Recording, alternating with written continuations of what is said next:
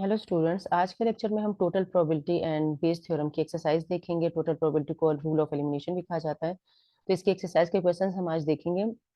छोटी सी एक्सरसाइज है, अच्छे क्वेश्चंस आई थिंक एक्सरसाइज में। और एक्सरसाइज हम ले रहे हैं probability and statistics for engineers and scientist की 9th एडिशन की बुक है। तो एक्सरसाइज पे चलते हैं। 76 पेज पे, 9th एडिशन में 76 पेज पे एक्सरसाइज है। एक्सरसाइज फर्स्ट क्वेश्चन में कहते हैं कि in a certain region of the country it is known from past experience that the probability of selecting an adult over 40 years of age with cancer is 0.05. If the probability of a doctor correctly diagnosing a person with cancer as having the disease is 0.78 and the probability of incorrectly diagnosing of a person without cancer is 0.06 है। ठीक है। अब हम पूछा क्या है, what is the probability that an adult over 40 years of age is diagnosed as having cancer। अच्छा, ये एक्सरसाइज चूंकि टोटल प्रोबेबिलिटी और बेस थ्योरम दोनों की एक्सरसाइज है, तो हमें बहुत ध्यान से केयरफुली देखना पड़ेगा कि हम टोटल प्रोबेबिलिटी फाइंड आउट करनी है या हमें बेस थ्योरम फाइंड आउट करना है, बेस थ्योरम यूज करना है। तो इसमें अब हम देखते हैं कि हमें क्या क्या चीजें दी हुई हैं और क्या हमसे पूछा हुआ है। अब यहाँ पे जैसे हमें 0.05 जो प्रोबेबिलिटी दी है, वो देखते हैं कि वो किस चीज की प्रोबेबिलिटी दी है। वो किस चीज की प्रोबेबिलिटी है कि पास्ट एक्सपीरियंस में क्या है, probability of selecting an adult over 40 years of age with cancer is 0.05। यानी कि सी जो है, यानी कि हम एक सी इसको इवेंट को नाम दे देंगे और हम इस इवेंट को कहेंगे कि सेलेक्टेड एडल्ट हैज कैंसर। ठीक है। तो इस तरीके से हम इवेंट्स बनाने शुरू करते हैं अपने। यहाँ पर हम लिखते हैं, अच्छा जी, यहाँ हम लिखते हैं इवेंट्स क्या होंगे हमारे पास। हम ये क्वेश्चन कर रहे हैं 2.95। सबसे पहले हम इवेंट बनाते हैं सी। सी हम क्या कहते हैं कि एडल्ट जो है, सेलेक्टेड एडल्ट, वो कौन है। हम यहाँ लिख देते हैं कि सेलेक्टेड एडल्ट, एडल्ट है, सेलेक्टेड एडल्ट हैज कैंसर। ठीक है, ये हम लिख देते हैं। तो ये हमारे पास फर्स्ट इवेंट हो गया और इस चीज की प्रोबेबिलिटी दी है 0.05। इनकी प्रोबेबिलिटी ऑफ सी दी है, यहाँ पर हम लिख लेते हैं प्रोबेबिलिटी ऑफ सी क्या दी हुई है, 0.05। साथ साथ लिखते रहते हैं, डेटा बनाते हैं अपना। ठीक है। इसके बाद हमें क्या दिया है कि if a probability of a doctor correctly diagnosing a person with cancer as having the disease is 0.058। इनके करेक्टली डायग्नोजिंग की जो प्रोबेबिलिटी है वो वो क्या है, वो 0.78 दी हुई है। ठीक है, 0.78 किस चीज की दी है, यानी कि ये प्रोबेबिलिटी है। हम डी इवेंट इसे कह देंगे, पहले इवेंट को नाम देते हैं डी इवेंट। हम क्या कहते हैं कि एडल्ट इज डायग्नोज्ड। हम यहाँ लिख देते हैं कि adult is diagnosed as having cancer. ठीक है, यानी कि कैंसर उसे है और डायग्नोज भी हो गया है एज हैविंग कैंसर। ये हम लिख देते हैं, इसका इवेंट बना लेते हैं। तो अब इसका मतलब क्या हुआ कि ये किस इसकी प्रोबेबिलिटी है, ये प्रोबेबिलिटी हो गई किस इसकी कि डायग्नोज हो रहा है। ठीक है, डायग्नोज हो गया है। सही है, प्रोबेबिलिटी किस चीज की है, ये जो दी हुई 0.78, ये डायग्नोज हो गया है और करेक्टली डायग्नोज हो गया। इसका मतलब ये है कि the person is having cancer. ठीक है, यानी कि it is known that the person is having cancer and it is diagnose correctly. ठीक है, तो ये इस चीज की प्रोबेबिलिटी है, तो 0.78 हम कह देंगे इसे। फिर इसके बाद और क्या दी हुई है प्रोबेबिलिटी, प्रोबेबिलिटी एक और नंबर भी दिए, 0.06 दी है। ये किस चीज की प्रोबेबिलिटी दी हुई है, यहाँ भी पढ़ते हैं हम क्या कहते हैं, the probability of incorrectly diagnosing a person without cancer as having the disease is 0.06। इसका मतलब क्या हुआ कि किस चीज की प्रोबेबिलिटी है, ये प्रोबेबिलिटी हो गई कि diagnosing cancer given that the person is not having cancer. Incorrectly diagnose हुआ, तो इसका मतलब ये हुआ ना कि इनकरेक्टली डायग्नोज हो गया कैंसर, यानी उस बंदे को कैंसर नहीं था। तो कैंसर है, इसको मैंने सी कह दिया, तो कैंसर नहीं है, इसको मैं सी कॉम्प्लीमेंट का नाम दे देती हूँ। ठीक है, आप C1 C2 भी कह सकते हैं।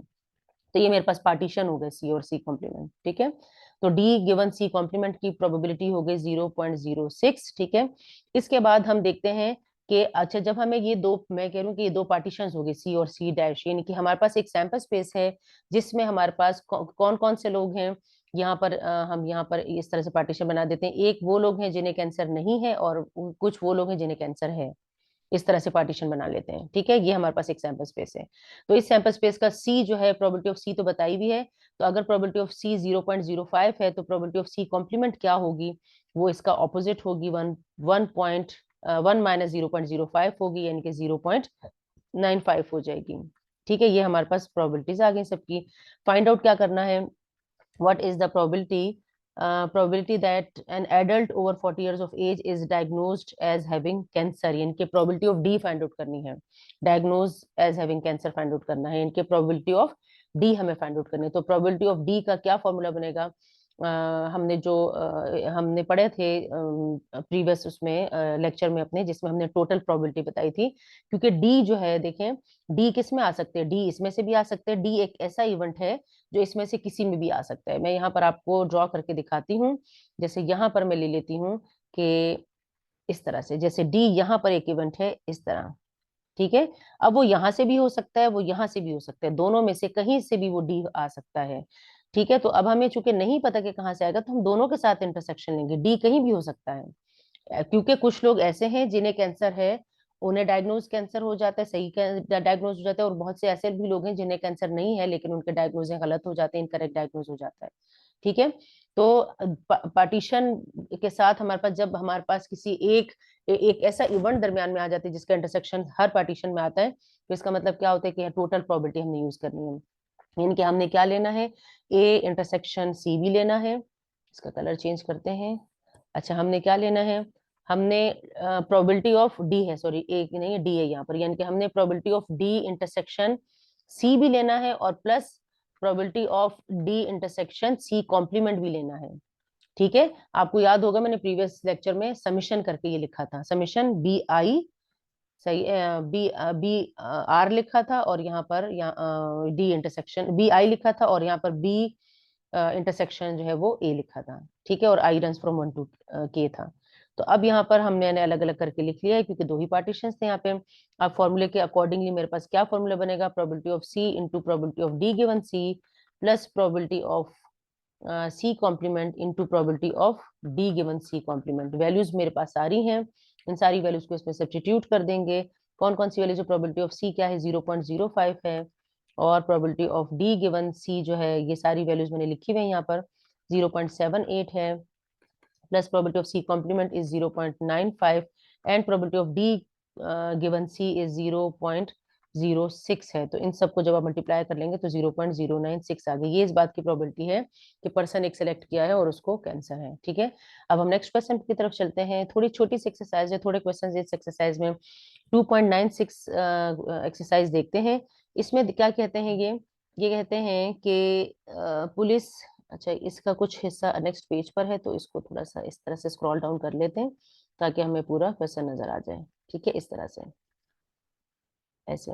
अच्छा, अब यहाँ कहते हैं कि police plan to enforce speed limits, ठीक है, by using radar traps at 4 different locations. वो लोकेशंस बताई हुई है, कौन कौन सी, L1 L2 L3 L4, ठीक है। Will be operated 40%, 30%, 20% and 30% of the time, ठीक है। यानी कि ये जो है हमारे पास, जो इन लैंड में जो रेडार जो ऑपरेट कर रहा है, वो 40%, L1 40% काम कर रहा होता है, L2 जो है वो 30% ऑपरेट कर रहा होता है। मतलब 40% 30% का मतलब ये कि इतनी प्रोबेबिलिटी है कि क्या करता है कि ये स्पीड का जो है वो मतलब स्पीडिंग कोई करता है और वो उसको डिटेक्ट हो जाता है, ठीक है।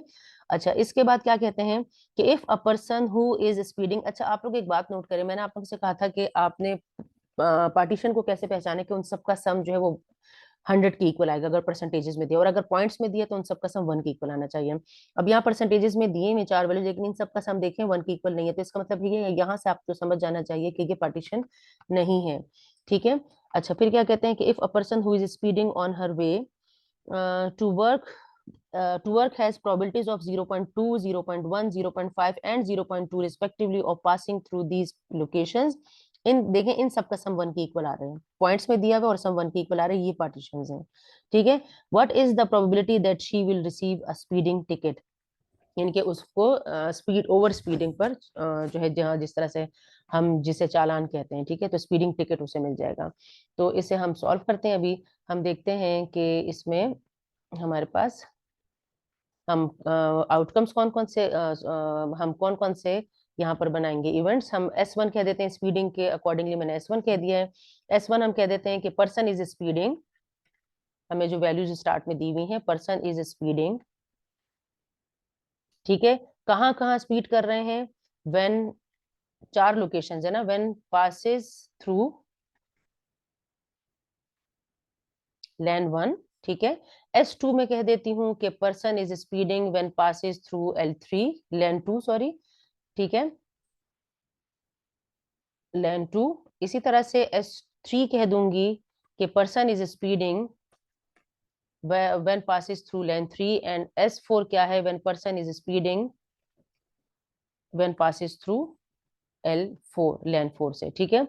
और अब हमें क्या दिया है, और क्या किस इसकी कौन सी हमें इंफॉर्मेशन दी हुई है, और हमें दिया है कि रेडार की इंफॉर्मेशन दी है कि रेडार जो है वो ऑपरेट कर रहा है, यहाँ पर लिख लेते हैं, हम कहेंगे कि radar is operating, radar is operating, जिस जिसकी प्रोबेबिलिटीज दी हुई हैं वो लिख लेंगे, radar is operating that results speeding tickets, यानी कि रेडार किस तरह से ऑपरेट कर रहे हैं कि वो कितने परसेंट स्पीडिंग टिकट जो है वो बनाते हैं, ठीक है, कितने लोगों को मतलब वो डिटेक्ट कर लेते हैं और स्पीडिंग टिकट उनको दे देते हैं, ठीक है। यहाँ पर लिखते हैं स्पीडिंग टिकट इस तरह से। अच्छा, अब हम प्रोबेबिलिटीज लिखते हैं, हम देखते हैं कि प्रोबेबिलिटीज क्या क्या फाइंड आउट करनी है, हमें किस किस चीज की प्रोबेबिलिटी फाइंड आउट करनी है। अब हम देखते हैं, अच्छा हमें फाइंड आउट किस चीज की प्रोबेबिलिटी करनी है ये पहले देख लेते हैं। हम क्या कहा है कि what is the probability that that she will receive a speeding ticket, यानी इसका मतलब ये हुआ she will receive a speeding ticket का मतलब ये हुआ कि रेडार ने उसे डिटेक्ट कर लिया है, हमने इस चीज की प्रोबेबिलिटी फाइंड आउट करनी है, ठीक है, इस बात की प्रोबेबिलिटी फाइंड आउट करनी है। देखो, radar is operating that results speeding ticket, ठीक है, तो इसको मैंने आर कहा है, तो आर की प्रोबेबिलिटी मुझे फाइंड आउट करनी है। और जो प्रोबेबिलिटीज गिवन है वो हम लिख लेते हैं, कौन कौन सी प्रोबेबिलिटीज गिवन है। जैसे हमें दिया हुआ है प्रोबेबिलिटी ऑफ S1 दी है, क्या दिया प्रोबेबिलिटी ऑफ S1, यहाँ पर प्रोबेबिलिटीज है कि जब उसको स्पीडिंग टिकट मिलता है, यहाँ पर दिया है क्या कि if a person who is speeding on her way to work has probabilities this this this, यानी कि इतना परसेंट चांसेस हैं कि वो लैन 1 पे जो है वो लैन 1 पे स्पीड मतलब ओवर स्पीड पे जाते हैं, इतने परसेंट चांसेस हैं कि वो लेन 2 पे ओवर स्पीड पे जाते हैं। देखो, S1 किस इसको शो कर रहा है, person is speeding when passing through L1, ठीक है, यानी कि जब L1 पे 0.2 प्रोबेबिलिटी है कि वो स्पीडिंग ओवर स्पीड में होते हैं, और लेन 2 पे इतने परसेंट चांसेस है कि वो ओवर स्पीड में होते हैं, और लेन 3 पे इतने परसेंट चांसेस है, लेन 4 पे इतने परसेंट चांसेस है। तो हम यहाँ पर लिखेंगे कि probability of S1 is 0.2, probability of S2 is क्या दिया है 0.1, probability of S3 is 0.5 and probability of S4 is 0.2, ये हमारे पास स्पीडिंग की हो गई, ठीक है। अब हम लिखते हैं, अब हम फॉर्मूला बनाते हैं। अपना फॉर्मूला बनाने से पहले हम यहाँ पे कंडीशनल की प्रोबेबिलिटीज भी लिख देते हैं। कंडीशनल की प्रोबेबिलिटीज कहाँ से आएंगी, ये हमारे पास कंडीशनल की प्रोबेबिलिटी देखें, ये मैंने कहा था कि इसका टोटल, ये इसको पहचानने की एक निशानी है कि जिसका टोटल 1 के इक्वल है, इसका मतलब वो पार्टीशन की प्रोबेबिलिटीज है। तो इसका मतलब ये हुआ कि ये किस चीज की प्रोबेबिलिटी, ये कंडीशनल की प्रोबेबिलिटीज हो गई, जिनकी गिवन दैट वाली कंडीशन प्रोबेबिलिटीज हो गई, ठीक है। गिवन दैट किस चीज की प्रोबेबिलिटी है, ये कहते हैं कि प्रोबेबिलिटी दैट, ये जो पहली वाली दी हुई है ये किस इसकी प्रोबेबिलिटी है, ये आर गिवन S1 की प्रोबेबिलिटी, आर गिवन S1 की प्रोबेबिलिटी क्यों है, क्योंकि आर किस चीज को मैंने लिखा है, आर है लिखा है कि रेडार इज ऑपरेटिंग, मतलब रेडार ने उसको डिटेक्ट कर लिया है, और कहां पर, given that the person is doing over speed on lane 1, ठीक है, यानी कि लैन 1 में ओवर स्पीड पे था और रेडार ने उसे डिटेक्ट कर लिया, तो इस इसकी प्रोबेबिलिटी 40% है। देखें, ये बताया ना कि लैन 1 पे 40% लोगों को ये डिटेक्ट कर लेता है, एलियन 2 पे 30% लोगों को डिटेक्ट करते हैं, इस तरह से चारों की प्रोबेबिलिटीज बताई हुई हैं। तो 40% का मतलब हुआ 0.40, और probability of are given S2 हो गया 0.30 हो गया, ठीक है। Probability of S R given S3 is 0.20 and probability of R given S4 is 0.30, ये हमारे पास सारी प्रोबेबिलिटीज हो गई इसकी। अब हमने फाइंड आउट क्या करना है, हमने probability of R find out करना है। तो probability of R total probability है, आर चूंकि सब में आएगा, आर हमारे पास S1 से भी हो सकती है, इनकी ओवर स्पीड S1 पे भी हो सकती है, ओवर स्पीड S2 पे, S3, S4 कहीं पर भी ओवर स्पीड, यानी कि किसी भी लाइन पर ओवर स्पीड हो सकती है। तो हमने probability of R find out करना है। इसका मतलब ये है कि हमने समेशन किस इसकी प्रोबेबिलिटी फाइंड आउट करनी है, आई रन फ्रॉम 1 to 4, और यहाँ पर हम क्या लगाएंगे, हमारे पास आएगा आर इंटरसेक्शन SI, इस तरह से। ठीक है, इनके ओवर स्पीड कर रहा है, एंड वो लेन 1 में है या लेन 2 में है या लेन 3 में, सबको ऐड करेंगे हम। ठीक है, तो यहाँ पर हम फॉर्मूला बनाते हैं। इसका फॉर्मूला क्या बनेगा, प्रोबेबिलिटी ऑफ S1, बल्कि यहाँ पर पहले आई के साथ लिखते हैं, फिर नीचे वाले में हम इसको इस तरह से कर लेंगे, summation probability of SI into probability of R given SI। सही है, ये मैं लास्ट लेक्चर में करवा चुकी हूँ इस तरह से। अब हम इसमें बारी बारी एक एक की वैल्यू पुट करेंगे। पहले S1 की प्रोबेबिलिटी ऑफ S1 में पूरा फॉर्मूला नहीं लिख रही, पहली और आखिरी वैल्यू लिख देती हूँ, दरमियान में डॉट्स लगा देती हूँ। ठीक है, ताकि कम से कम टाइम में मैं आपको ये समझा सकूँ। यानी कि S1 के लिए बनाएंगे, फिर S2 के लिए, फिर S3 के लिए, और आखिर में फिर S4 के लिए। ठीक है, R गिवन S4, सारी वैल्यूज ऊपर मैंने लिखी हुई हैं, इन सारी वैल्यूज को आप इसमें सब्स्टिट्यूट कर दें, यानी कि प्रोबेबिलिटी ऑफ S1, ठीक है, फिर probability of R given S1। तो प्रोबेबिलिटी ऑफ S1 क्या है हमारे पास, S1 की प्रोबेबिलिटी 0.2 है। ठीक है, और R गिवन S1 की प्रोबेबिलिटी 0.40 है, प्लस बाकी दरमियान वाली दो आप खुद लगा लें। ठीक है, थोड़ा सा कम आप भी खुद करें ताकि आपको समझ में आए। प्रोबेबिलिटी ऑफ S4 क्या है, प्रोबेबिलिटी ऑफ S4 इज ये है 0.2, और probability of R given S4 is 0.30, दरमियान में S2 और S3 वाली इसी फॉर्मूले के साथ लगानी है आपने। ठीक है, तो हमारे पास जो इसका आंसर आएगा वो आएगा 0.27। ठीक है, ये हमारे पास इसकी प्रोबेबिलिटी आ गई। नेक्स्ट क्वेश्चन की तरफ चलते हैं। नेक्स्ट क्वेश्चन देखते हैं कि उसमें क्या कहते हैं ये। अच्छा, नेक्स्ट क्वेश्चन में क्या है,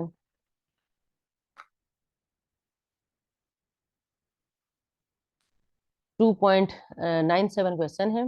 2.97 में क्या कहते हैं कि रेफरिंग टू एक्सरसाइज 2.95, जो हमने फर्स्ट वाला क्वेश्चन किया था जिसमें कैंसर वाली बात कर रहे थे, what is the probability that a person diagnosed as having cancer actually has the cancer.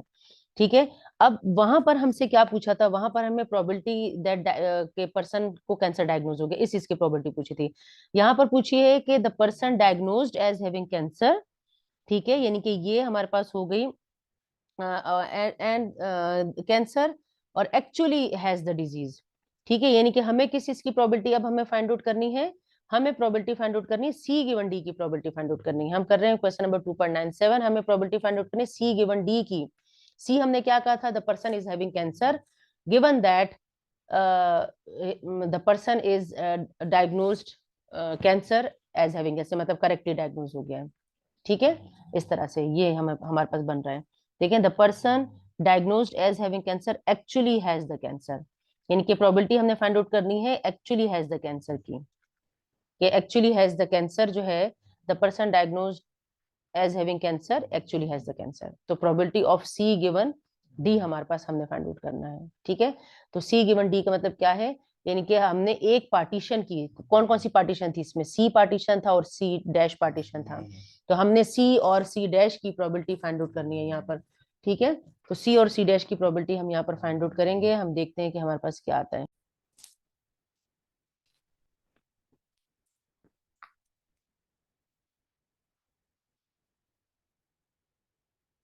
अच्छा जी, यहाँ पर अब हम इसकी वैल्यूज देखते हैं।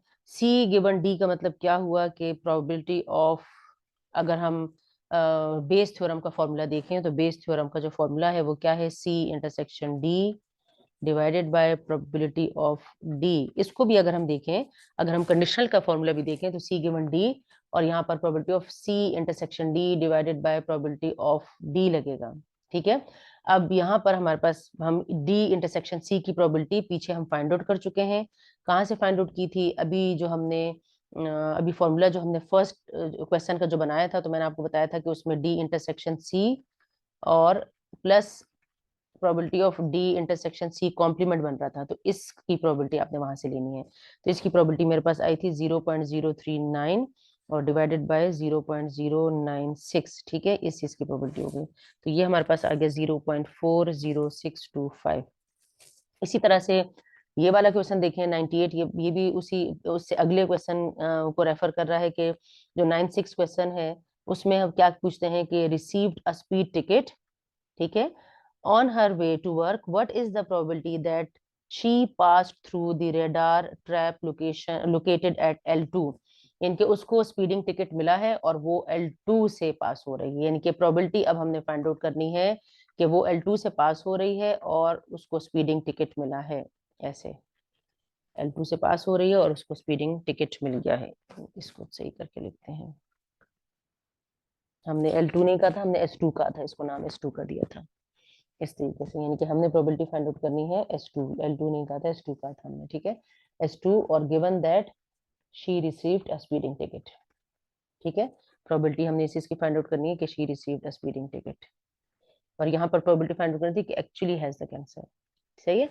तो अब यहाँ पर हम करते हैं कि इसका फॉर्मूला क्या बनेगा, फॉर्मूला बनेगा probability of R intersection S2, condition की प्रोबेबिलिटी है, प्रोबेबिलिटी ऑफ, ये इसलिए इतनी आसानी से सॉल्व हो रहा है कि ये सब कुछ हम पीछे फाइंड आउट कर चुके हैं, ठीक है।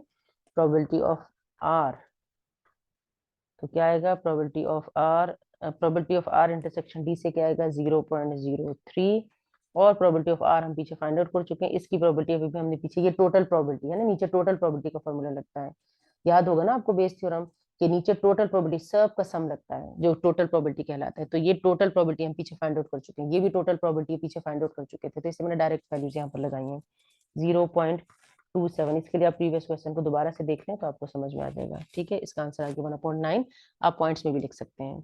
नेक्स्ट क्वेश्चन देखते हैं, 99 नंबर क्वेश्चन देखते हैं। इसमें जो है वो 4 इंस्पेक्टर्स की बात कर रहे हैं, ठीक है, और बताया है कि किसी कोई पैकेज है, पैकेज ऑफ फिल्म है, उसके ऊपर एक्सपायरी डेट के जो है वो स्टैंप लगानी है, ठीक है। तो ये कहते हैं कि जॉन एक इंस्पेक्टर है जो कि क्या करता है कि 20% of the packages fails to stamp the expiration date once in every 200 packages, ठीक है। और टॉम क्या करता है कि 100 पैकेजेस में से 60% पर जो है वो, मतलब 60% of the packages fails to stamp the expiration date once in every 100, और जेफ क्या करता है कि 15% of the packages fails to stamp in 90 packages, और पैट क्या करता है कि stamps 5% of the packages fails to stamp the expiration date in every 200 packages if a customer complains that her package of film does not show the expiration date. ये given that की condition है, ठीक है, हम यहाँ पे given that लिखेंगे इसमें। तो हम यहाँ लिखते हैं कि ये गिवन दैट है, ये वाली कंडीशन होगी गिवन दैट की, ठीक है, एक्सपायरेशन डेट वाली। और पूछा क्या है कि what is the probability that it was inspected bye John, John ने इंस्पेक्ट किया है, ठीक है। तो हमारे पास पार्टीशन कौन कौन सी, 4 जो इंस्पेक्टर्स हैं ये पार्टीशन है, देखें इनकी प्रोबेबिलिटीज 1 की इक्वल है, इनकी प्रोबेबिलिटीज जो है वो 1 की इक्वल है, 100% की इक्वल आ रही है। 60%, 20%, 15% और 5%, ये हमारे पास क्या है, पार्टीशन है। तो और गिवन दैट की कंडीशन में क्या है, एक्सपायरेशन डेट की बात कर रहे हैं, तो क्या है, एक्सपायरेशन डेट नहीं है क्योंकि सब फेल्स की हमें प्रोबेबिलिटीज बताई हुई है, तो हम कहेंगे कि ए विद द इवेंट के नो एक्सपायरेशन डेट है, ठीक है, नो एक्सपायरेशन डेट, ये हम कह लेंगे कि ये इवेंट ए है। और बाकी जो इवेंट्स हैं इन्हें हम B1 B2 का नाम दे देंगे, हम कहेंगे कि जॉन इज इंस्पेक्टर।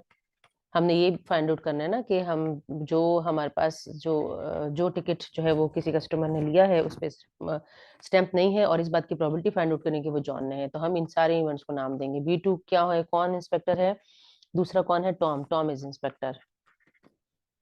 वैसे हम तो टॉम को कुछ और समझते हैं लेकिन यहाँ पे टॉम इंस्पेक्टर है, ठीक है। B3 क्या है, B3 जो है वो, B3 कौन है, जेफ है, जेफ इज अ इंस्पेक्टर, इस तरह से लिखेंगे। और B4 कौन है, पैट है, इज एन इंस्पेक्टर, ठीक है। अब प्रोबेबिलिटीज बताई हुई हैं, क्या बताई हुई है, प्रोबेबिलिटी ऑफ ए, हमें क्या करना है, प्रोबेबिलिटी ऑफ, पहले B1 B2 लिख लेते हैं क्योंकि ये पार्टीशंस की प्रोबेबिलिटीज हैं। प्रोबेबिलिटी ऑफ B1 क्या है, प्रोबेबिलिटी है 0.20 है, तो हम यहाँ लिखते हैं 0.20। प्रोबेबिलिटी ऑफ B2 इज 0.60 दूसरे की, और probability of B3 is 0.30, 0.15 and probability of B4 is 0.05, 5% है ना, ठीक है। ये हमारे पास हो गई प्रोबेबिलिटीज किस चीज की, इन सारे पार्टीशंस की, ठीक है। अब हमें प्रोबेबिलिटीज क्या दी हुई हैं, अब हमें जो प्रोबेबिलिटीज दी हुई हैं वो हमें कंडीशनल प्रोबेबिलिटीज बाकी दी हुई हैं, ठीक है। कंडीशनल प्रोबेबिलिटीज कौन कौन सी दी हुई हैं, ये कहते हैं कि जॉन क्या कर रहा है कि वंस इन एवरी 200 पैकेजेस जो है वो फेल होता है स्टैंप लगाने में, यानी कि किस इसकी प्रोबेबिलिटी है, ये प्रोबेबिलिटी दैट इस तरह से ए, यानी कि ए क्या है कि वो एक्सपायरेशन डेट नहीं लगा रहा, given that it is done by inspector, first inspector यानी कि जॉन, सही है। और ये कौन है, इनके फेल हो जाता है स्टैंप लगाने में, और कौन है, वो जॉन है, ठीक है, given that he is John. इसकी प्रोबेबिलिटी क्या है, वंस इन 200 दी है, इनके 1/200 हो गई, ठीक है। इससे हमारे पास आ जाएगा 0.005। इसी तरह से probability that there is no expiration date and the ticket was stamped by second inspector, ठीक है, वो है वंस इन, वो क्या कब करता है, वंस इन एवरी 200 पैकेजेस, तो 1/100 यानी कि 0.01 आ जाएगा। इसी तरह से probability of A given B3 यानी कि थर्ड इंस्पेक्टर के लिए कि वो फेल हो जाते हैं लगाने में, वो कितना है, वो है 90% यानी कि 1/90 आ जाएगा, तो इससे आ जाएगा 0.011। और probability of A given B4 हमारे पास आ जाएगा 1/200, तो ये भी आ जाएगा 0.005, ठीक है। फाइंड आउट क्या करना है हमें, फाइंड आउट ये करना है कि उसने, कि वो जॉन ने किया है, यानी कि हमें प्रोबेबिलिटी किस चीज की फाइंड आउट करनी है कि वो जॉन ने किया है, स्टैम्प जॉन ने किया है, given that there is no expiration date on the ticket. इस चीज की प्रोबेबिलिटी मुझे फाइंड आउट करनी है। हमेशा बेस थ्योरम में ऊपर, बेस थ्योरम की पहचान क्या होगी कि ऊपर आपने किसी पार्टीशन की प्रोबेबिलिटी फाइंड आउट करनी होगी, और गिवन दैट में टोटल प्रोबेबिलिटी होगी, ठीक है। तो अब हम इसकी प्रोबेबिलिटीज फाइंड आउट करते हैं।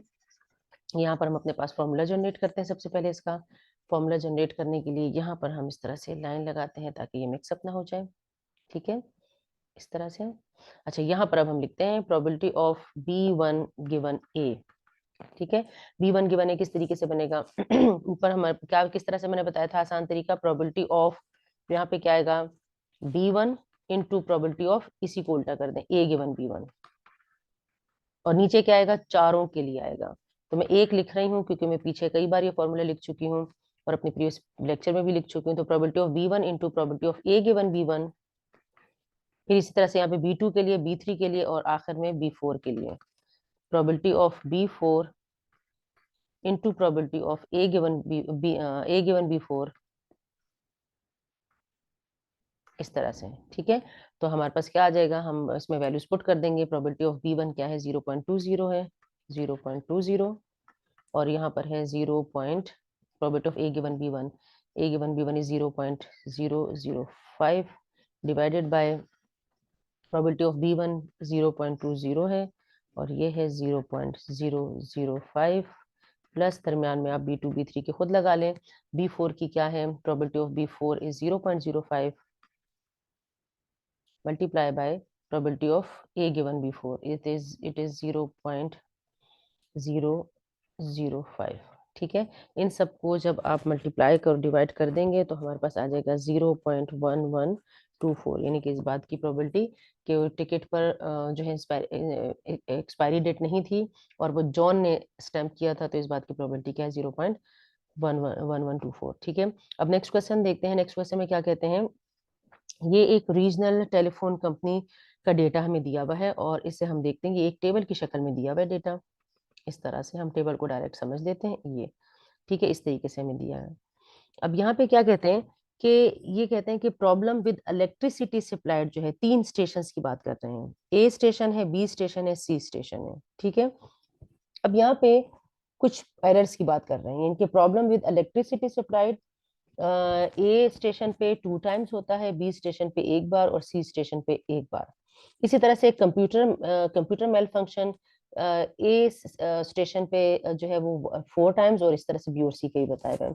इस तरह से मेल फंक्शनिंग इलेक्ट्रिकल इक्विपमेंट वो ए, बी और सी की 5, 4, 2 रिस्पेक्टिवली बताइए, और cost by other human error वो बताया है ए, बी, सी का 7, 7, 5 रिस्पेक्टिवली, ठीक है। तो ये क्या कहते हैं कि suppose that a malfunction was reported and it was found to be caused by other human errors.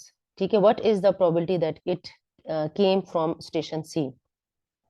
ये हमारे पास पार्टीशंस हैं, सही है, और इसमें से हमने प्रोबेबिलिटी किस चीज की फाइंड आउट करनी है कि हमारे पास पार्टीशन सी में से यहाँ से वो जो है वो एरर आया है, स्टेशन सी पर है। ठीक है, तो अब हमने यानी कि हमने प्रोबेबिलिटी, पहले हम आउट इवेंट्स को नाम दे देते हैं। इवेंट्स को हम क्या नाम देंगे, यहाँ पर हम ह्यूमन एरर की चूंकि बात कर रहे हैं, उन्होंने ह्यूमन एरर का गिवन दैट में दिया हुआ है, तो हम कह देंगे ई, एरर के लिए मैं ई यूज करूँ, आप ए बी सी डी कुछ भी यूज कर सकते हैं। ठीक है, एरर के लिए ई में लिख रही हूँ, मैं कहूंगी कि malfunction by other human error. ठीक है, यानी कि इसकी बात कर रहे हैं, इसकी बात कर रहे हैं, bye other human error. Human error को मैं ऐसे लिख रही हूँ। और इवेंट जो हमारे पास स्टेशन हैं ए बी सी डी, इनको मैं ए बी सी डी का ही नाम दे देती हूँ, मैं कहूंगी कि let A is station A, ठीक है, B is for station B, and so on. आपने एंड सो ऑन नहीं लिखना, आपने पूरा क्वेश्चन सॉल्व करना है। ठीक है, पूरा सोल्यूशन लिखना है। इस तरह से सी और डी जो है वो स्टेशन, सी जो है वो स्टेशन को, सी को शो कर रहे हैं। अच्छा, इसके बाद हम क्या लेंगे, अब हमने प्रोबेबिलिटीज यहाँ पे बनानी है कि कौन कौन सी प्रोबेबिलिटीज हमें गिवन है। किस इसकी प्रोबेबिलिटी हमें गिवन है, प्रोबेबिलिटी ऑफ ए। अच्छा, फॉर्मूला बनाते हैं यहाँ पे, चूंकि प्रोबेबिलिटीज हमें निकालनी पड़ेंगी, तो बहुत सारी प्रोबेबिलिटीज यहाँ बन रही हैं, तो हमें जो रिक्वायर्ड होगी हम सिर्फ वही फाइंड आउट कर लेंगे। ठीक है, क्योंकि देखिए यहाँ प्रोबेबिलिटीज नहीं दी हुई, यहाँ नंबर्स दिए हुए हैं, तो हमें प्रोबेबिलिटीज फाइंड आउट करनी पड़ेंगी। बहुत 3 स्टेशन हैं और 4 टाइप्स के एरर आ रहे हैं, तो बहुत सारी वैल्यूज हैं। तो बजाय इसके कि हम सारी प्रोबेबिलिटीज यहाँ पे लिखें, हम यहाँ पे डायरेक्ट सिर्फ वही लिखेंगे जो हमें फाइंड आउट करनी है, सिर्फ यूज करनी है फॉर्मूले में। तो हम देखते हैं कि हमें क्या फाइंड आउट करना है। मुझे फाइंड आउट करना है प्रोबेबिलिटी ऑफ, क्या फाइंड आउट करना है, ह्यूमन एरर। सही है, ह्यूमन एरर गिवन में दिया है। ठीक है, और फाइंड आउट ये करना है कि वो सी स्टेशन से, यानी कि मुझे फाइंड आउट करना है सी गिवन ई। तो इसके लिए फॉर्मूला बनाते हैं, प्रोबेबिलिटी ऑफ क्या आएगा, जो हमारे पास पार्टीशन है वो, और इनटू प्रोबेबिलिटी ऑफ, इसी को उल्टा करके लिखें, ई गिवन सी। ये मैं आपको पूरा लिख कर दिखाऊंगी फॉर्मूला, डिवाइडेड बाय, यहाँ पर लिखेंगे probability of A into probability of E given A, plus probability of B into probability of E given B, plus probability of C into probability of E given C. ये हमारे पास सारी आ गई। तो अब जो जो प्रोबेबिलिटीज मुझे रिक्वायर्ड है सिर्फ वो प्रोबेबिलिटीज में ले लूंगी। अब क्या चीज है प्रोबेबिलिटी ऑफ, प्रोबेबिलिटी ऑफ लिखते हैं सी लिखते हैं। ठीक है, प्रोबेबिलिटी ऑफ सी देखते हैं सबसे पहले। अब सी क्या है हमारे पास, अच्छा इसका जो है आपने टोटल कर लेना है और यहाँ पर लिख लेना है। ठीक है, इसका टोटल क्या आएगा, 2 1 3 हो गया, 3 और 2 हो गया 5, 5 और 5 हो गया 10। ये हमारे पास इसका टोटल आ गया मेरे पास 10। ठीक है, इसका टोटल देख लेते हैं। इसका टोटल मेरे पास क्या आ रहा है, 3, ये 10 हो गया और ये 14 हो गया। इसका टोटल मेरे पास आ गया 14। 14 आ रहा है या 15 आ रहा है, ये हो गया 10 और 15, सॉरी 15 है इसका टोटल। ठीक है, इसका टोटल देख लेते हैं, ये है 7 प्लस 4 जो है वो हमारे पास हो गया है 11 हो गया। ठीक है, इसका टोटल 18 आ रहा है, और इन तीनों का जब मैं टोटल कर रही हूँ, यानी कि टोटल हमारे पास जो स्टेशन पे एरर आ रहे हैं वो 43 आ रहे हैं। ठीक है, अब हम यहाँ पर प्रोबेबिलिटीज देखते हैं। अब हम जब देखेंगे प्रोबेबिलिटी ऑफ सी, तो सी, बी और ई के लिए जब हम प्रोबेबिलिटीज निकालेंगे, तो इसकी जो भी हमारे पास टोटल आ रहा है, सी का जो टोटल है, इसको total number of sample space पे डिवाइड करेंगे, 10/43। सी की प्रोबेबिलिटी क्या लिखेंगे, number of outcomes in the C divided by number of outcomes in the sample space. तो हम लिखेंगे कि ये है 10/43। सही है, इसी तरह से अब probability of E given C. अच्छा, मैं पहले ऐसा करती हूँ कि सिर्फ इनकी प्रोबेबिलिटीज लिख लूंगी ताकि आप मिक्स ना हो जाए। प्रोबेबिलिटी ऑफ ए देखें, प्रोबेबिलिटी ऑफ ए कैसे निकलेगी, 18/53। दूसरे के लिए हम जगह छोड़ते रहेंगे, 18/43 सॉरी। ठीक है, दूसरे के लिए मैं जगह छोड़ देती हूँ, प्लस इसी तरह से प्रोबेबिलिटी ऑफ बी 15/43। सेकंड के लिए हम यहाँ जगह छोड़ देते हैं, अभी मैं बताती हूँ उसकी भी कैसे निकालेंगे। फिर ये तो सी की है, हम ऊपर लिखिए 10/43। ठीक है, ये हो गई।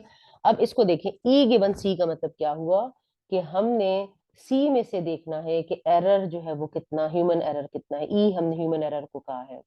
ठीक है, तो ह्यूमन एरर सी में कितना है, 5 है। तो number of outcomes in human error वो कितने हैं, 5। ठीक है, in C station, and total number of outcomes in the C station is 10, तो इसकी प्रोबेबिलिटी बनेगी 5/10। अब इसके लिए टोटल 10 है अब इसके लिए, ठीक है, तो अब इसकी प्रोबेबिलिटी बनेगी 5/10। इसी तरह से जब हम प्रोबेबिलिटी ऑफ ई गिवन ए निकालेंगे तो ह्यूमन एरर को हम ए स्टेशन में देखेंगे, तो ह्यूमन एरर को ए स्टेशन में देखेंगे वो है 7, तो 7/18 हो जाएगा, तो 7/18 हो जाएगा।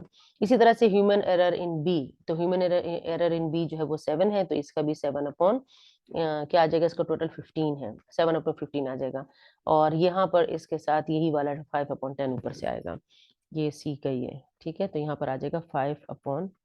इन सबको जब आप मल्टीप्लाई डिवाइड कर लेंगे तो आपके पास आ जाएगा 0.2632, ये हमारे पास आ जाएगी इसकी प्रोबेबिलिटी। अब हम नेक्स्ट क्वेश्चन देखते हैं। नेक्स्ट क्वेश्चन में क्या कहते हैं, ये हमारे पास दो ही क्वेश्चंस रह गए एक्सरसाइज के, दो क्वेश्चंस हमारे पास रह गए हैं। अच्छा, ये हम करते हैं 101 नंबर क्वेश्चन, इसे हम थोड़ा सा नीचे कर लेते हैं ताकि हमारे पास ये चले 101 नजर आ रहा है, 101 पहले कर लेते हैं। ये एक पेंट स्टोर की बात हो रही है, कहते हैं कि Chen produces and sells latex and semi gloss paint, ठीक है, दो तरह के पेंट ये जो है वो सेल कर रहे हैं, और क्या कहते हैं कि based on long range sales the probability that a customer will purchase latex paint is 0.75 and of those that purchase latex paint is 60%, ठीक है, also purchase roller, ठीक है, ये कहते हैं कि जो ये परचेज कर रहे हैं वो रोलर भी परचेज कर रहे हैं, but only 30% of the semi gloss paint buyers purchase rollers, a randomly selected buyer purchases a roller and a can of paint, what is the probability that the paint is latex, यानी हमने latex की probability find out करनी है, latex और ये दो, यानी दो तरह के जो पेंट है ये हमारे पास क्या हो गए, हमारे पास सैंपल स्पेस के अंदर पार्टीशंस हो गए, हमने किसी इस बात की प्रोबेबिलिटी फाइंड आउट करनी है कि उसने रोलर भी साथ में परचेज किया है, ठीक है, और रोलर परचेज किया है और वो लेटेक्स का पेंट उसने खरीदा है, तो यानी कि हमने प्रोबेबिलिटी फाइंड आउट करनी है। हम पहले इवेंट्स को नाम दे देते हैं, दो तरह के हमारे पास चूंकि पेंट है तो हमें इन्हें A1 A2 का नाम दे देते हैं। हम कहते हैं कि लेट A1 इज क्या है कि कस्टमर जो है वो क्या परचेज कर रहा है, कस्टमर परचेजेस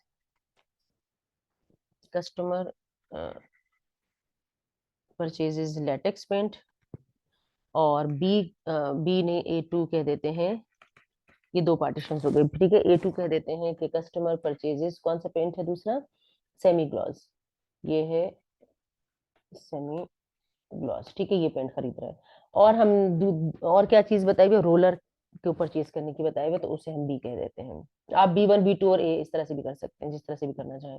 यहाँ पर आप नाम हम कहेंगे कि कस्टमर परचेजेस रोलर, ठीक है, ये इस हो गया। अब हमें जो प्रोबेबिलिटीज दी हुई हैं, अब वो प्रोबेबिलिटीज आप लोग देखें, हमें क्या फाइंड आउट करना है, हमें फाइंड आउट करना है, पहले हम लिख लेते हैं फॉर्मूला, क्या फाइंड आउट करना है, डायरेक्ट वैल्यूज लगा देते हैं ताकि जल्दी से ये सॉल्व हो जाए। हमें फाइंड आउट करना है कि वो लेटेक्स पेंट पर के कस्टमर ने लेटेक्स पेंट खरीदा है, इस बात की प्रोबेबिलिटी फाइंड आउट करनी है, गिवन दैट उसने रोलर भी परचेज किया है, ठीक है। देखें इसकी प्रोबेबिलिटी फाइंड आउट करनी लेटेक्स की, तो क्या फॉर्मूला बनेगा, फॉर्मूला जल्दी से बना लेते हैं, probability of A1 into probability of B given A1 divided by probability of A1 into probability of B given A1 plus probability of A2 into probability of B given A2, ठीक है, ये हमारे पास formula बन जाएगा। अब हम इसमें values put करते हैं, प्रोबेबिलिटी ऑफ A1 हमारे पास क्या आ जाएगी, प्रोबेबिलिटी ऑफ A1 हमारी दी भी है, लेटेक्स पेंट परचेज करने की प्रोबेबिलिटी दी है 0.75, probability of B given A1 क्या दिया है, B गिवन A1 क्या दिया है, वो 0 पॉइंट वो दिया है 60%, यानी कि वो लेटेक्स के साथ क्या ले रहा है, रोलर भी ले रहा है, इस बात की प्रोबेबिलिटी 60% है, तो ये हो गया 0.60, ठीक है। नीचे लेटेक्स वाला तो एज इट इज आ जाएगा 0.75 इंटू 0.60 प्लस, अब ये वाला देखते हैं प्रोबेबिलिटी ऑफ A2 क्या है, प्रोबेबिलिटी ऑफ A2 है 30%, तो 30% दिया है 0.30, ठीक है, और जो बाकी की प्रोबेबिलिटी आई है वो किस तरह से निकलेगी, अब देखें जब 75% लोग लेटेक्स खरीद रहे हैं तो इसका मतलब है कि 25% लोग जो है वो कभी कभी पार्टीशन जब दो होते हैं ना, तो हमें एक का बताया हुआ होता है दूसरे का नहीं बताया, तो उसको 1 से माइनस करते हैं तो दूसरे का आ जाता है, तो 0.25 वो लोग हैं जो कि हमारे पास क्या ले रहे हैं कि लेटेक्स का जो हमारे पास आ रहा है प्रोबेबिलिटी आ रही है, ठीक है। वो हमने उसको वन में से माइनस कर दिया तो हमारे पास दूसरे की आ गई। प्रोबेबिलिटी ऑफ ए टू देखते हैं। प्रोबेबिलिटी ऑफ ए टू क्या है? प्रोबेबिलिटी ऑफ ए टू यानी कि जो हम जो प्रोबेबिलिटी ए टू किस चीज को शो कर रहा है कि बायर परचेज सेमी ग्लॉस, जो अगर 75% जो है वो लोग लेटेक्स खरीद रहे हैं, तो इसका मतलब है कि 25% क्या खरीद रहे हैं? सेमी ग्लॉस खरीद रहे हैं। जब हमारे पास दो पार्टीशन होते हैं तो यूजुअली एक की प्रोबेबिलिटी बताई गई होती है, दूसरे की नहीं बताई गई होती, तो वन से माइनस करके दूसरे की आ जाती है, ठीक है। और इस बात की प्रोबेबिलिटी, ठीक है, ये कहते हैं but only 30% of semi gloss paint buyers purchases roller, यानी कि वो रोलर परचेज कर रहे हैं और गिवन दैट कि वो जो है वो ए टू से हैं, तो हम यानी कि सेमी ग्लॉस पेंट ले रहे हैं। इस बात की प्रोबेबिलिटी दी है 0.30। जब आप इन्हें सबको ऐड और सब्ट्रैक्ट और मल्टीप्लाई कर देंगे तो हम आपके पास आ जाएगा 0.875, ठीक है। अब हम लास्ट क्वेश्चन की तरफ चलते हैं। लास्ट क्वेश्चन हमारा रह गया इस एक्सरसाइज का। लास्ट क्वेश्चन थोड़ा सा ट्रिकी है। इसे ए बी सी जो है वो इवेंट्स ये कहते हैं कि नाम दे दें इवेंट्स का, और ये किसी को शो कर रहे हैं कि that grand pizza is behind doors A B C respectively, ठीक है। 3 डोर्स हैं ए बी सी, जिसको कहा है कि इनको नाम भी ए बी सी का दे दें आप इवेंट्स को। सपोज यू रैंडमली पिक, ये एक गेम के बारे में है, ठीक है। Suppose you randomly pick a door से A, the game host open a door say B and showed there was no pizza behind it, ठीक है। देखें, ए डोर, प्लेयर कहता है कि ए डोर ओपन करें, लेकिन होस्ट बी डोर ओपन करके दिखा देता है और वो बताता है कि बी डोर के पीछे पिज्जा नहीं है। अब क्या करते हैं कि अब वो होस्ट जो है वो प्लेयर को ऑफर करता है कि या तो आप ए डोर पर ही स्टे करें, या ये मतलब उसको चॉइस दे देता है कि या तो अब आप दो चॉइसेस हैं ए और सी की, या तो आप ए पर ही स्टे कर लें जो आपने इनिशियली पिक किया था, या फिर अपनी चॉइस आप स्विच कर लें और सी डोर पिक कर लें, ठीक है। Use probability to explain whether you should switch और नॉट।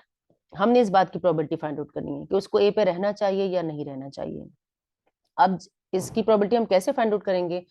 हम ऐसा करेंगे कि ए की प्रोबेबिलिटी फाइंड आउट कर लेंगे, और ए की प्रोबेबिलिटी फाइंड आउट करने के बाद हम देखेंगे कि ए की प्रोबेबिलिटी क्या आ रही है। अगर ए की प्रोबेबिलिटी ज्यादा आ रही है, ए और सी का ही ऑप्शन है ना, अब अगर ए की प्रोबेबिलिटी ज्यादा आ रही है तो इसका मतलब है उसे ए पे स्टे करना चाहिए, और अगर नहीं ज्यादा आ रही है तो इसका मतलब उसे स्विच कर लेना चाहिए। तो इन इवेंट्स को मैं दोबारा से नहीं लिख रही, यहाँ पर इवेंट्स को नाम दिए हुए ए बी सी का, यानी कि डोर ए को ए का है, डोर बी को बी का, और डोर सी को सी का है। और एक इवेंट हम ले लेते हैं जो होस्ट वाला इवेंट है, जिसमें होस्ट जो है डोर ओपन कर रहा है, तो ये इवेंट के वो you randomly picked a door से A and he opens the door B and there was no pizza behind it. इस पूरे इवेंट को मैं नाम दे देती हूँ एच का। ये बड़ी सी स्टेटमेंट है, मैं यहाँ नहीं लिख रही ताकि जल्दी से ये हम वाइंड अप करें इस एक्सरसाइज को। अब मुझे प्रोबेबिलिटी किस चीज की फाइंड आउट करनी है? मैं प्रोबेबिलिटी फाइंड आउट करूंगी कि उसने ए डोर पिक करना है, इस चीज की प्रोबेबिलिटी फाइंड आउट करूंगी। यानी कि होस्ट ने ए डोर की बजाय बी डोर ओपन कर दिया, अब वो उसको ऑप्शन दे रहा है कि ए डोर से, ये इवेंट हो चुका ना, ये वाला इवेंट तो हो चुका है, ये वाली चीज, तो ये गिवन दैट में आएगी। अब मुझे ए की प्रोबेबिलिटी फाइंड आउट करनी है। वैसे ए सी दोनों की फाइंड आउट कर सकते हैं, लेकिन ए की फाइंड आउट कर लेते हैं और ए की बाद हम डिसीजन ले लेंगे, ठीक है। अब हम यहाँ पे फॉर्मूला पहले बनाते हैं। मैं यहाँ पे देखिए कोई डेटा नहीं है किसी भी किस्म का, हम लॉजिकली इसकी प्रोबेबिलिटीज कैलकुलेट करेंगे। फॉर्मूला बनाते हैं पहले, probability of A into probability, partition यहाँ पर ए बी सी है, ठीक है। Probability of H given A divided by probability of A into probability of H given A plus probability of B into probability of H given B plus probability of C into probability of H given C। ये मेरे पास formula बन गया। अब थोड़ा सा ध्यान से आपने इसे देखना, ये थोड़ा ट्रिकी है क्वेश्चन, ठीक है। प्रोबेबिलिटी ऑफ ए क्या है? अच्छा, एक और वैसे तो लॉजिकली फॉर्मूला ये बनना चाहिए, एक्चुअली ये बनना चाहिए, लेकिन एक्चुअली हम ये फॉर्मूला इसलिए यूज नहीं करेंगे क्योंकि हमने ए की प्रोबेबिलिटी फाइंड आउट कर तो रहे हैं, लेकिन ये जो जिस चीज की प्रोबेबिलिटी फाइंड आउट करते हैं वो ऊपर आता है, लेकिन उसने ए डोर ओपन ही नहीं किया। कौन सा डोर ओपन किया उसने? ए उसने पिक किया, लेकिन उसने ओपन कौन सा किया? बी डोर ओपन किया। तो हम क्या करेंगे, हम इसे रिप्लेस करेंगे बी से, क्योंकि गेम में उसने क्या किया, ए डोर की बजाय बी डोर ओपन कर दिया। हालांकि उसने सेलेक्ट तो ए किया था, लेकिन बी डोर ओपन हो चुका है ऐसे, तो हम यहाँ बी लिख देंगे। ए डोर तो ओपन ही नहीं हुआ ना, तो ए डोर की प्रोबेबिलिटी जीरो होगी। तो अगर मैं ये लिख दूंगी ऊपर तो पूरी सारी प्रोबेबिलिटी जीरो हो जाएगी। ठीक है, तो ए डोर ओपन नहीं हुआ, बी डोर ओपन हुआ है, तो हम इसकी जगह इसको रिप्लेस कर देंगे इससे। ठीक है, अब यहाँ पर प्रोबेबिलिटीज लगाते हैं। 3 डोर्स है हमारे पास, ए बी सी, 3 पार्टीशन हैं। ठीक है, अब ए बी सी 3 डोर्स हैं, तो तीनों की प्रोबेबिलिटीज 1/3, 1/3 और 1/3 आएगी। तीनों के पास एक जितने चांसेस है ना, प्लेयर तो इससे भी सिलेक्ट कर सकते हैं, इससे भी, तीनों के आने के चांसेस एक ही जैसे हैं। तो 1/3, 1/3, 1/3, तीनों की प्रोबेबिलिटीज यही होनी चाहिए। ठीक है, मतलब at the beginning of the game यही होनी चाहिए। ठीक है, अब यहाँ पर हम प्रोबेबिलिटी ऑफ बी लगाते हैं, 1/3 हो गई। ठीक है, अब यहाँ क्या आएगा, प्रोबेबिलिटी ऑफ एच। अच्छा, मैं यहाँ पर ये थोड़ी लॉजिकल है, मैं ये बाकी लगा देती हूँ। यहाँ पर प्रोबेबिलिटी ऑफ ए लगाते हैं, ये होगी 1/3, ये मैं नहीं लिख रही अभी। प्लस प्रोबेबिलिटी ऑफ बी लगाते हैं, ये है 1/3, ये मैं अभी नहीं लिख रही, बाद में बताऊंगी कि क्या आएगा। प्रोबेबिलिटी ऑफ सी लगाते हैं 1/3, और ये अभी मैं बताती हूँ आपको। अब यहाँ देखें, इसको थोड़ा सा ध्यान से देखना आपने, एच गिवन बी देखें। एच गिवन बी का मतलब ये है कि उसने बी डोर ओपन किया। अब देखें, आपके पास एक गेम है और उसमें 3 डोर्स हैं, 3 डोर्स हैं ए बी सी। थोड़ी लॉजिक से इसकी प्रोबेबिलिटी निकलेगी, ध्यान से बात सुननी आपने। 3 डोर्स हैं और तीनों में से किसी एक डोर के पीछे पिज्जा है, तो क्या प्लेयर तीनों डोर्स को ओपन करेगा तब डिसाइड होगा कि किसके पीछे पिज्जा है? नहीं, प्लेयर जो है वो कोई से भी 2 डोर्स ओपन करेगा। देखें, अगर पहला डोर लेट सपोज उसने ओपन कर लिया और उसके पीछे पिज्जा नहीं है, उसके बाद वो दूसरा ही एक ही डोर ओपन करेगा, उसके पीछे पिज्जा है या नहीं है डिसीजन हो जाएगा। अगर उसके पीछे पिज्जा है तो इसका मतलब है कि सी के पीछे पिज्जा नहीं है, और अगर इसके पीछे पिज्जा नहीं है तो इसका मतलब है कि सी के पीछे पिज्जा है, यानी कि 2 के बाद तीसरे को खोलने की जरूरत नहीं होगी।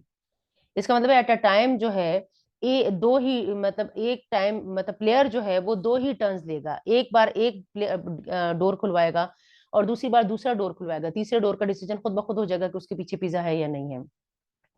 समझ में आ रही है बात आप लोगों को? ठीक है, अब यहाँ पर चूंकि 2 ही डोर्स हैं, तो जो पहला डोर ओपन किया बी उसने ओपन किया, मैंने तो वैसे इस पर मार्किंग की है, वैसे उसने ए डोर नहीं ओपन किया, सही है, बी डोर ओपन किया और सी डोर इसके बाद इसके पास चॉइस है अभी। ठीक है, बी अब बी की प्रोबेबिलिटी क्या होगी, 2 ही डोर्स, चूंकि प्लेयर जो है वो गेम में सिर्फ 2 ही प्ले ओपन करने के उसके पास ऑप्शंस हैं, तो बी सबसे पहले ओपन हुआ है तो उसके पास प्रोबेबिलिटी 1/2 है। ठीक है, कंडीशन प्रोबेबिलिटी देखें, हर बारी में, हर एक्सपेरिमेंट में चेंज होती रहती है। अब यहाँ देखें, ए में देखें क्या होगा, ए डोर तो उसने ओपन ही नहीं किया, इसकी प्रोबेबिलिटी 0 है। ठीक है, ये बी ऊपर वाला ही है, इसको 1/2 लिख देती हूँ। अब ये वाली बात जरा ध्यान से सुने, probability of H given C. H given C का मतलब क्या हुआ, एक डोर उसने ओपन कर लिया, उस टाइम उसके पास 2 डोर्स ओपन करने के ऑप्शंस थे, तीसरा डोर तो वो फिर ओपन ही नहीं करेगा ना, गेम खत्म हो जाएगा, ओवर हो जाएगा, दो खोलने के बाद 2 के ऑप्शंस थे, तो दोनों डोर्स को ओपन करने की प्रोबेबिलिटी 1/2 थी, तो बी पहले ओपन हो गया तो प्रोबेबिलिटी होगी 1/2। अब उसके बाद जब बी ओपन कर दिया, इसके बाद अब एक ही डोर ओपन करने का ऑप्शन है। बी जब ओपन हो गया तो 2 डोर्स रह गए ना, या ए रह गया या सी रह गया, दोनों में से किसी एक पे रहना है उसको, दोनों पर तो नहीं, दोनों तो नहीं खुलवा ओपन करवाएगा, या वो ए ओपन करवाएगा या वो बी सी ओपन करवाएगा, डिसीजन खुद ब खुद हो जाएगा उसके बाद। तो एक ही डोर अब उसने ओपन करना है, तो इसकी प्रोबेबिलिटी अब क्या होगी, 1 होगी। अब उसके पास इसके अलावा कोई और चॉइस नहीं है। शुरू में उसके पास 3 में से, मतलब मैक्सिमम वो 2 डोर्स ही चॉइस कर सकता था। ठीक है, तो इसकी प्रोबेबिलिटी 1/2 आई। इसके बाद अब एक ही डोर, 2 बाकी रह गए, उसमें से कोई एक ही डोर खोलेगा और डिसीजन हो जाएगा, या ए खोलेगा या सी खोलेगा, तो एक ही डोर उसने ओपन करना है, तो इसकी प्रोबेबिलिटी 1 हो गई। ठीक है, अब हमारे पास इसको जब आप सॉल्व कर लेंगे तो आपके पास आ जाएगा 1/3। 1/3 का मतलब 0.333 इस तरह से करके आ रहा है।